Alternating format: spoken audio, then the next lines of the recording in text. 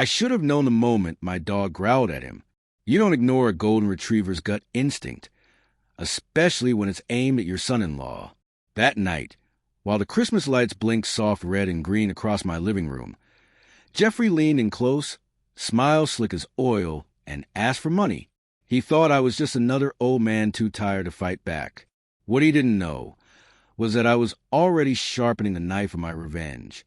Before we continue, please subscribe to the channel and let us know where you're listening in the comments. The house smelled of roasted ham and pine needles, a Norman Rockwell painting come to life, at least on the surface. Tara, my daughter, sat quiet, eyes darting between me and her husband. The clink of silverware and muffled carols on the radio couldn't drown out the tension. Gandalf, my retriever, lay at my feet, rumbling low in his chest every time Jeffrey opened his mouth.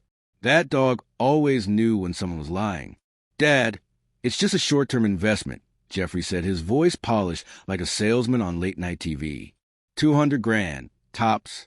You'll double it by spring. His hand gripped Tara's wrist under the table. She flinched, barely noticeable. But I caught it. I've spent 40 years dissecting balance sheets, smelling fraud before it rotted the paper. And as he spoke, I felt the same burn in my gut I used to get right before busting open a crooked account. My knuckles whitened around the fork. I kept my voice steady, masking the storm inside. "Interesting pitch," I muttered, watching his grin widen.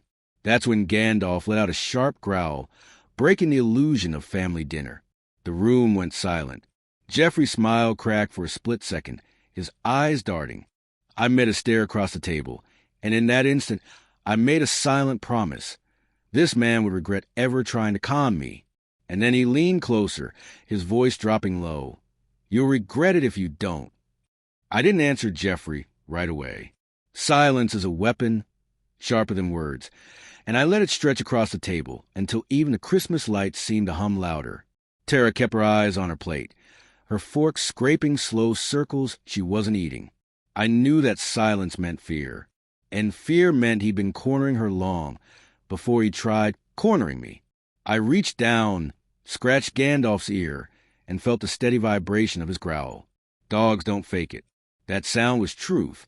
My mind flashed back to all the little tells I'd ignored. Jeffrey's sudden business trips, his vague stories about partnerships, the way Tara avoided talking about bills. Now, with $200,000 hanging in the air, the pieces started clicking together like tumblers in a lock. I leaned back, letting my chair creak, giving him the look I'd once given junior auditors when they tried to bluff numbers past me.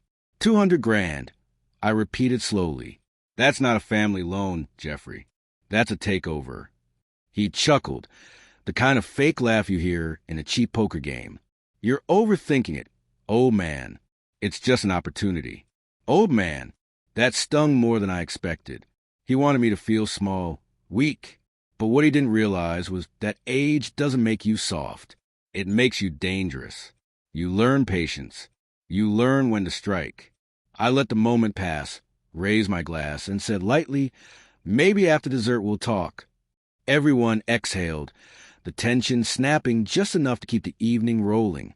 But inside, my decision had already been made. That night, while Tara and Jeffrey argued upstairs, I sat by the tree with Gandalf, the ornaments glowing red against the shadows. I pulled out my old notebook, the same one I used to catch frauds in corporate boardrooms, and began writing Jeffrey's name at the top of a fresh page. Because starting tonight, I wasn't just a father. I was the investigator again. And tomorrow, I'd start digging into his lies. The next morning, the house was still. Tara had left early for work. Jeffrey's still asleep upstairs, probably dreaming up new ways to siphon money. I poured myself black coffee, the kind that tastes like burnt toast but keeps your eyes open, and opened my notebook. Gandalf stretched at my feet, tail thumping once, as if he knew we were on a mission. I started with the basics. Phone records, bank statements, the digital fingerprints people leave behind when they think no one's watching. Years of auditing had trained me to see patterns in chaos. And Jeffrey's patterns were glowing like neon in a dark alley. Multiple accounts under shell names, small transfers funneling out to companies that didn't exist 5 years ago. I muttered to myself, amateur, Real cons cover their tracks. By noon, I had enough suspicion to choke a jury, but not enough proof to bury him. That's when Gandalf's head shot up, ears stiff. A car door slammed outside. I peeked through the curtain. Jeffrey. Phone pressed to his ear, pacing the driveway like a caged wolf. His voice carried through the glass. Yeah, the loan cleared. $200K. No, he doesn't suspect a thing. The old man soft. Soft. That word again. My pulse ticked faster. He was talking about me, bragging to someone on the other end. My hand tightened around the pen until it snapped. Gandalf barked once sharp, cutting through the moment. Jeffrey glanced at the house, suspicious, then went back to pacing. I dropped into my chair, adrenaline humming in my chest. This wasn't just a greedy son-in-law. This was federal fraud. And if I played my cards right, I could catch him with his own words. I pressed record on the small voice memo app on my phone, held it near the window. His voice bled through every lie, every dollar, every plan. And that's when I realized Jeffrey wasn't alone in this. I replayed Jeffrey's voice on the recorder, each word heavier than the last. The old man soft. He couldn't have been more wrong. I'd spent a lifetime tearing down financial illusions, corporate smoke, and mirrors worth billions. Compared to that, Jeffrey was a street magician with cheap tricks. But still, I needed more than suspicion. I needed evidence solid enough to crack him wide open. That afternoon, I called an old colleague, Frank. We'd worked together back in my auditing days, chasing down offshore fraud. Frank was retired too, but once you've hunted sharks, you don't forget how to smell blood. Run some names for me, I asked, reading off the list of bogus companies tied to Jeffrey's accounts. There was a pause, then a low whistle. Mitch, you've got yourself a garden variety scammer here. PPP loans, fake payroll, all of it. Sloppy but dangerous. These guys get desperate when they're cornered. Dangerous. The word sat in my chest like a stone. Tara had no idea who she'd married. And if Jeffrey was reckless enough to drag her into his mess, then I had more than money at stake. I had her future. That night, I walked through my study, Gandalf padding behind me. I opened the safe, the same one that had protected my retirement for decades. Inside, stacks of documents, trust deeds, and financial ledgers. If Jeffrey thought he could bleed me dry, he was about to learn that my defenses weren't just paper, they were ironclad. I pulled out a clean folder, slid the recorder inside, and locked it shut. Gandalf gave a low bark, almost approving. But as I turned, I noticed something chilling. The study door wasn't fully closed. A shadow shifted in the hallway. Someone had been listening. And in that moment, I knew Jeffrey was testing the locks. The next morning, I found muddy footprints in the hallway outside my study. Not mine, not Tara's. Jeffrey's size, easy to recognize. He'd been in there, snooping while I slept. He hadn't cracked the safe yet, but the fact he was even trying meant time was running short. I brewed another pot of bitter coffee, set Gandalf's bowl on the floor, and stared out the window while Jeffrey's car pulled out of the driveway. He thought he was clever, prowling at night, whispering on calls outside, pressing Tara for my money. But he didn't realize every step he took left tracks, and I was following him straight to his ruin. By noon, Frank called back with more dirt. Mitchell, listen to this. Your son-in-law filed for a $200,000 federal relief loan. Claimed he had a company with 12 employees. Problem is, that company doesn't exist. He chuckled darkly. That's prison time. Easy. I felt a grim satisfaction settle over me. Proof. Not just suspicion. Not just a hunch proof. Enough to destroy Jeffrey's mask forever. But I couldn't show my hand yet. Not until I made sure Tara was safe, and Jeffrey was trapped with no way out. That evening, Jeffrey swaggered back through the door, reeking of expensive cologne, tossing his jacket onto the couch. Big meeting today, he bragged, kissing Tara's cheek.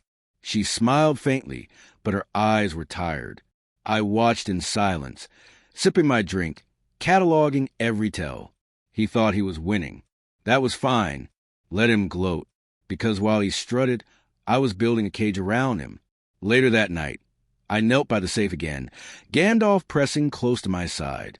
I slid the recorder and every document I'd gathered into a thick envelope marked with one word in red ink, evidence. I placed it dead center in the safe, knowing Jeffrey wouldn't be able to resist. As I locked it, Gandalf stiffened, ears pricking toward the stairs. Slow creaks echoed in the darkness. Someone was coming down, and I knew exactly who it was. The creak of the stairs dragged out like a bad drum roll. Gandalf's growl deepened, low and steady, vibrating against my leg. I killed the study light and let the glow of the Christmas tree spill faint colors across the hallway. Shadows bent and swayed, and then Jeffrey appeared barefoot, wearing that smug half-smile he thought passed for charm. "Couldn't sleep," he whispered, like we were old buddies sharing midnight secrets. His eyes flicked past me, locking on the safe. I stayed seated, calm, notebook resting on my knee. Strange. Middle of the night, and you wander into my study? He shrugged, fake casual. Was looking for aspirin. Must have taken a wrong turn. My silence stretched. Gandalf barked once, sharp as a judge's gavel. Jeffrey flinched. For the first time, I saw the mask slip, just a hairline crack, but enough to confirm what I already knew. He was desperate, cornered, hungry for what wasn't his. "I've got aspirin in the kitchen," I said finally. My voice was flat, cold. "Next time, don't lose your way." He smirked, trying to recover. "Sure thing, Dad." And he slithered back upstairs. When the house quieted, I opened the safe again and checked the envelope. Untouched. For now. I placed it back carefully, knowing it was only a matter of time before Jeffrey made his move. But that was the plan. Let him take the bait. Let him hang himself with his own hands. I scratched Gandalf behind the ears, whispering, "Not yet, boy." Let him sweat. Upstairs, a floorboard groaned. The sound wasn't retreat this time. It was pacing, restless pacing. Jeffrey wasn't giving up. He was plotting his next attempt. And when he finally struck, I needed to be ready, because the next time he touched that safe, it would be the last mistake he ever made. The next day, the snow came heavy, swallowing the neighborhood in silence.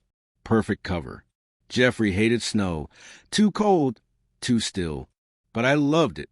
Snow makes people careless. It records every footprint, every late-night sneak.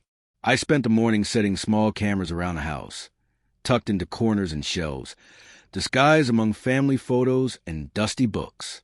The crown jewel went right above the study, angled down on the safe. A single blinking light, invisible unless you knew where to look. Gandalf sat beside me, head cocked, as if he understood we were laying a trap. By late afternoon, Tara came home from work, her face pale, lips pressed thin.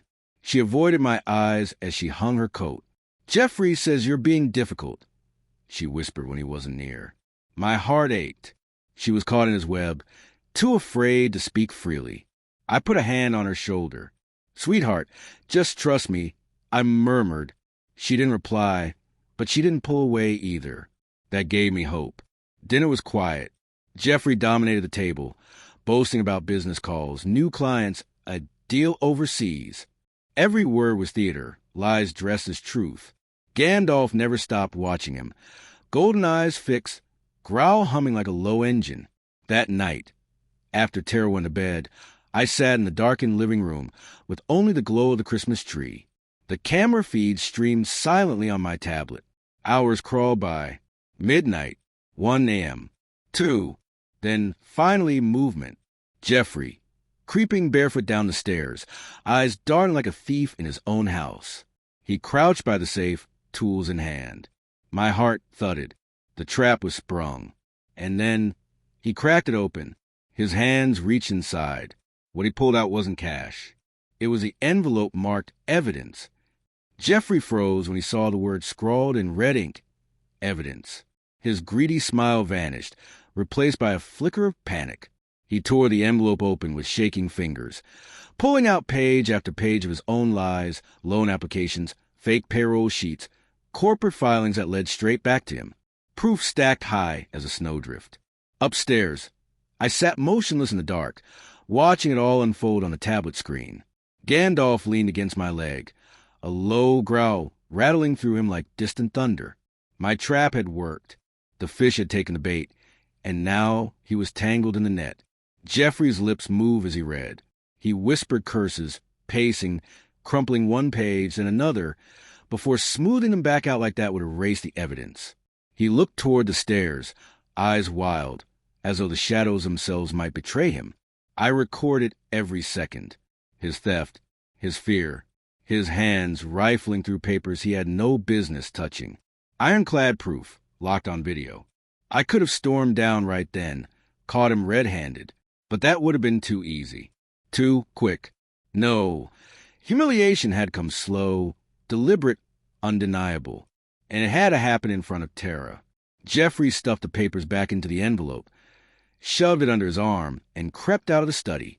I followed his image on the cameras as he slipped into the garage. He dug through a toolbox, hiding the evidence like a squirrel with stolen nuts. But what he didn't know was that every move he made was already mine. I turned off the tablet, whispered to Gandalf, "Tomorrow we let her see." And as the first light of dawn touched the snow outside, I knew the stage was set for his first public fall. The following evening, I invited Tara and Jeffrey to dinner at a local steakhouse, one of those small-town places where everybody knows your name and the waitresses call you Han. Jeffrey thought it was a peace offering. I let him. In reality, it was the first stage of his undoing. He showed up in his best suit, the one he couldn't afford, grinning like a man about to sign a deal. Tara looked nervous, her hands tight around her purse.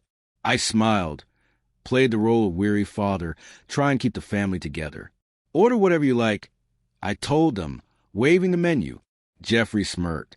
"Finally loosening the wallet, huh?" When the food arrived, I raised my glass and tapped it with a fork. "Before we eat, there's something I want to share." I pulled out my phone, set on the table, and hit play. Jeffrey's voice filled the restaurant, clear and loud. "Yeah, the loan cleared. $200K. No, he doesn't suspect a thing." The old man soughed. The room went dead quiet. Forks paused midair. Heads turned. Tara's eyes widened as her husband's words echoed off the walls. Jeffrey lunged for the phone, but Gandalf, lying under the table, snapped his jaws and growled, forcing him to freeze. "Sit down," I said coldly, my voice carrying through the silence. Everyone here just heard the truth. Jeffrey's face burned crimson. He tried to laugh it off, muttering about jokes and misunderstandings, but no one at that steakhouse was buying it. Tara's hands trembled on her lap. My trap had worked. His mask was cracking in public, and as the waitress stepped closer, shaking her head at him, Jeffrey realized for the first time that his empire of lies was collapsing. But what I had planned for him next would be worse. Jeffrey sulked all the way home, jaw tight, hands gripping the wheel like he wanted to strangle it. Tara sat silent in the passenger seat, staring out the window. I followed behind in my own car, Gandalf's head resting on my armrest, his golden eyes fixed on the dark road ahead. The silence between them told me everything. The first crack in their marriage had split wide open. Back at the house, Jeffrey stormed into the kitchen, slamming cabinets as if the noise could cover his shame. "You think you're clever, old man," he spat when I walked in. "Playing recordings at dinner? Embarrassing me in front of half the town?" I poured myself a glass of water, calm as stone. "I didn't embarrass you, Jeffrey. Your own words did." Tara appeared in the doorway, arms crossed. She didn't defend him, didn't even speak, just stared at him with a mixture of fear and dawning recognition. He noticed, and that rattled him more than anything I could have said. Later that night, after the house went quiet, I checked the garage. Sure enough, Jeffrey had stashed a stolen envelope inside a toolbox, duct taped like some kind of amateur spy. I left it untouched. Better to let him think he still had control. What he didn't know was that the cameras had captured not just his theft, but his pathetic attempt to hide it. And soon, Tara would see those recordings. That would be the nail in the coffin. Gandalf pressed against my leg as I locked the garage door. "Patience, boy," I whispered. "The bigger the stage, the harder he falls." The next morning, Jeffrey strutted into the living room, acting like nothing had happened. But his phone buzzed, and I caught a glimpse of the caller ID before he yanked away. A bank officer. And right then, I knew exactly where his second downfall would play out. I made a few quiet calls that morning. Old contacts at the bank. Folks who still remember the auditor, who once grilled them until their numbers bled truth. They owed me favors. And in a town like ours, favors run deeper than money. By lunchtime, I had what I needed. Confirmation that Jeffrey had lied on every line of his loan application. So I suggested we meet Jeffrey downtown at the bank itself. We'll discuss your investment idea, I told him in front of Tara. He jumped at the bait, smug as ever, convinced I was about to hand him a check. The bank lobby smelled of polished wood, and ink, sterile, formal. A handful of locals sat in chairs, waiting for appointments. Jeffrey strutted in beside Tara, fixing his tie, shaking hands with the manager like he owned the place. My father-in-law is ready to fund expansion, he bragged. Tara's face stayed pale, doubtful. That's when I cleared my throat. Before we talk numbers, I'd like clarification. I pulled a folder from my coat and slid it across the counter. Inside, copies of Jeffrey's fraudulent filings, each stamped with the bank's own rejection notes. The manager frowned, flipping through pages. Mr. Collins, this isn't what you told us. Every eye in the lobby turned. Tara's hand flew to her mouth. Jeffrey stammered. It's a mistake, a clerical error. No, the manager said firmly. This is fraud. You're lucky we haven't reported it yet. The color drained from Jeffrey's face. For once, the swagger was gone. People whispered. His name, his lies, his shame, they were all exposed in daylight. And as he fumbled for excuses, I leaned in close and whispered, this is just the beginning. Because his worst humiliation was still waiting for him at home. Jeffrey didn't speak the entire drive home from the bank. His knuckles stayed white on the steering wheel, jaw clamped so tight, I thought his teeth might crack. Tara sat stiff beside him, silent, staring out the window like she didn't recognize the man she'd married.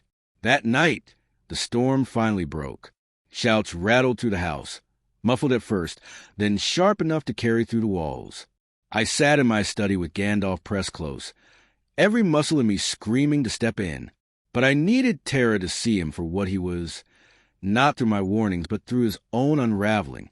Then, a crash, glass shattering. Tara's voice rose, trembling but firm. I don't know who you are anymore. Jeffrey barked back, venom in every syllable, calling me names, blaming me for his failures. I clenched my fists until the veins stood out, fighting the urge to storm upstairs. Minutes later, the door slammed. Jeffrey thundered down the stairs, face flushed, eyes wild. He saw me sitting there, calm, notebook on my lap. You think you've won? He hissed. You think humiliating me in public makes you the hero? I'll burn this whole house down before I let you destroy me. For the first time, I saw it, the raw desperation, the kind that makes a man dangerous. Gandalf rose, teeth bared, a low growl shaking the air. Jeffrey stepped back, but his eyes promised something darker. He stormed out into the night, tires screeching down the street. Tara appeared on the stairs, tears streaking her face. Dad, what if he doesn't come back? I swallowed hard, hiding the chill running down my spine. Because deep down I knew he would come back. And when he did, it wouldn't just be for money. It would be for revenge of his own. Jeffrey stayed gone for 2 days. The house felt lighter without him, though Tara moved through the rooms like a ghost, torn between anger and shame. Gandalf never left her side, sensing her turmoil. I let the silence settle, but I knew it was only the calm before the storm. On the third night, headlights cut across the driveway. Jeffrey stumbled through the door reeking of whiskey, his tie loose, his eyes bloodshot. He swaggered into the living room, pretending nothing had happened. You think you're clever, old man, he slurred, pointing a shaky finger at me. But you don't know who you're messing with. I didn't rise to his bait. Instead, I tapped the tablet on my lap. The screen lit up with video from the hidden cameras. Jeffrey breaking into the safe, stealing the envelope, stuffing it into his toolbox like a petty burglar. Tara gasped, her hand flying to her mouth. Jeffrey, is that you? His face drained of color. It's not what it looks like. Oh, it's exactly what it looks like. I said, voice steady, loud enough for Tara and anyone listening beyond the walls. "You wanted proof, Tara? Here it is. Your husband, caught red-handed, stealing from my safe. And this—" I tapped another file, the audio of his late-night call about the loan. "This is him bragging about defrauding the government." Tara turned on him, tears streaming, her voice breaking. "How could you? To me, to my father?" Jeffrey's mask shattered. He lunged forward, fists clenched, desperation etched in every line of his face. Gandalf leapt between us, snarling, teeth bared, and in that moment, I knew the final act of his destruction was about to begin. Jeffrey froze, staring into Gandalf's teeth. For the first time, I saw raw fear in his eyes. Not the fear of being caught, but the fear of losing control. Tara stood behind me now, her hands trembling but steadying on my shoulder. The tide had turned. "You've lied to her, stolen from me, defrauded the government."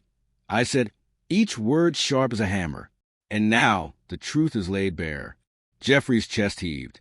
He glanced around the room, like a cornered animal searching for an exit. "None of this matters," he spat. "You've got nothing. No one will believe some washed-up old man and his mutt." I smiled thinly, reached into my pocket, and pulled out a small flash drive. "This," I said, holding it up so the light caught the metal, "is everything. The recordings, the loan documents, the video of you rifling through my safe. Enough to ruin you in court, or faster, in the court of public opinion." His bravado cracked. "You wouldn't dare." "I don't have to," I replied. "But if I send this to the prosecutor's office tomorrow morning, you'll be wearing orange by Christmas." Tara's voice cut through the air, shaking but resolute. "Jeffrey, I'm done. You've humiliated me, lied to me, used me. I want out." The words hit him harder than anything I'd said. He staggered, his face twisting, rage and despair boiling together. Then, like a man drowning, he grasped for one last lifeline. "If you do this, Tara, you'll regret it. Both of you will." But his threat rang hollow, the sound of a man already broken. Gandalf growled once more, steady final. And I knew the last stage of justice was only hours away. The house was silent after Tara's words, the kind of silence that follows a gunshot. Jeffrey slumped into a chair, head in his hands, muttering curses under his breath. I let him sit there, stewing in the wreckage of his own lies. At dawn, I set the final trap. I called him into the study, the same room where he'd prowled at night, thinking himself unseen. The flash drive lay on the desk, glinting under the lamplight. Beside it, divorce papers, drawn up by my lawyer weeks ago, waiting for Tara's signature and his. He stared at them, face pale. "You're forcing me out." "No," I said calmly. "You force yourself out the moment you chose lies over family. Now you'll sign. Or this drive goes to the prosecutor." His eyes darted to the door, to Tara standing firm behind me, to Gandalf blocking his path with a steady growl. There was nowhere to run. "You think you've beaten me?" he sneered, trying to find one last ounce of swagger. "I've still got connections. I can bounce back." I leaned forward, voice low but sharp enough to cut. "Not after today. Because when you walk out of this house, you'll have nothing. No wife, no money, no reputation. Just a man exposed for what he truly is." Tara slid the pen across the desk. Her hands no longer trembled. "Sign it, Jeffrey." His hand shook as he scrawled his name, fury etched into every letter. The papers were complete. The divorce was real, and his empire of deceit had collapsed with the stroke of a pen. But I wasn't done yet, because the final reckoning, the public one, the one he could never escape, was still waiting. The following night, the town gathered for the annual Christmas tree lighting. Families huddled in scarves and mittens. Kids sipped hot cocoa, and the giant spruce in the square glittered with red and green bulbs. It was the same tradition I brought Tara to as a child. This year, I knew it would mark a different kind of rebirth. Jeffrey showed up, trying to blend in, coat collar pulled high. But whispers followed him. Bank clerks, waitresses, neighbors who'd heard the recordings. His name was poison now, and I was about to pour the last drop. I stepped up to the small stage, microphone in hand, Gandalf at my side. Before we light the tree, I said, I want to speak about honesty, about family, about the dangers of betrayal. My voice carried across the crowd, steady as a sermon. Then, with a tap on the tablet, the big screen behind the tree flickered on. Video rolled. Jeffrey, caught on camera cracking my safe, clutching the envelope marked evidence. His own voice filled the square. Yeah, the loan cleared. $200K. The old man soft. The crowd gasped. Tara stood front row, tears in her eyes. But this time, they were tears of release, of freedom. Jeffrey stumbled backward, his face pale, his secrets naked under the winter lights. No, he shouted, but the voices around him rose, mocking, condemning, laughing. Public humiliation, total and irreversible. The mask was gone forever. I clicked the tablet off. The tree blazed alive, brilliant with color. Gandalf pressed against my leg, calm at last. And in that glow I felt it. Justice, not just for me, but for Tara. The circle closed. Jeffrey had tried to steal my family, my dignity, my legacy. But in the end, all he lost was everything. And I walked away into the snow, knowing my revenge was complete. If you like this story, please like this video. Subscribe to the channel and share your impressions of this story in the comments. To listen to the next story, click on the box on the right.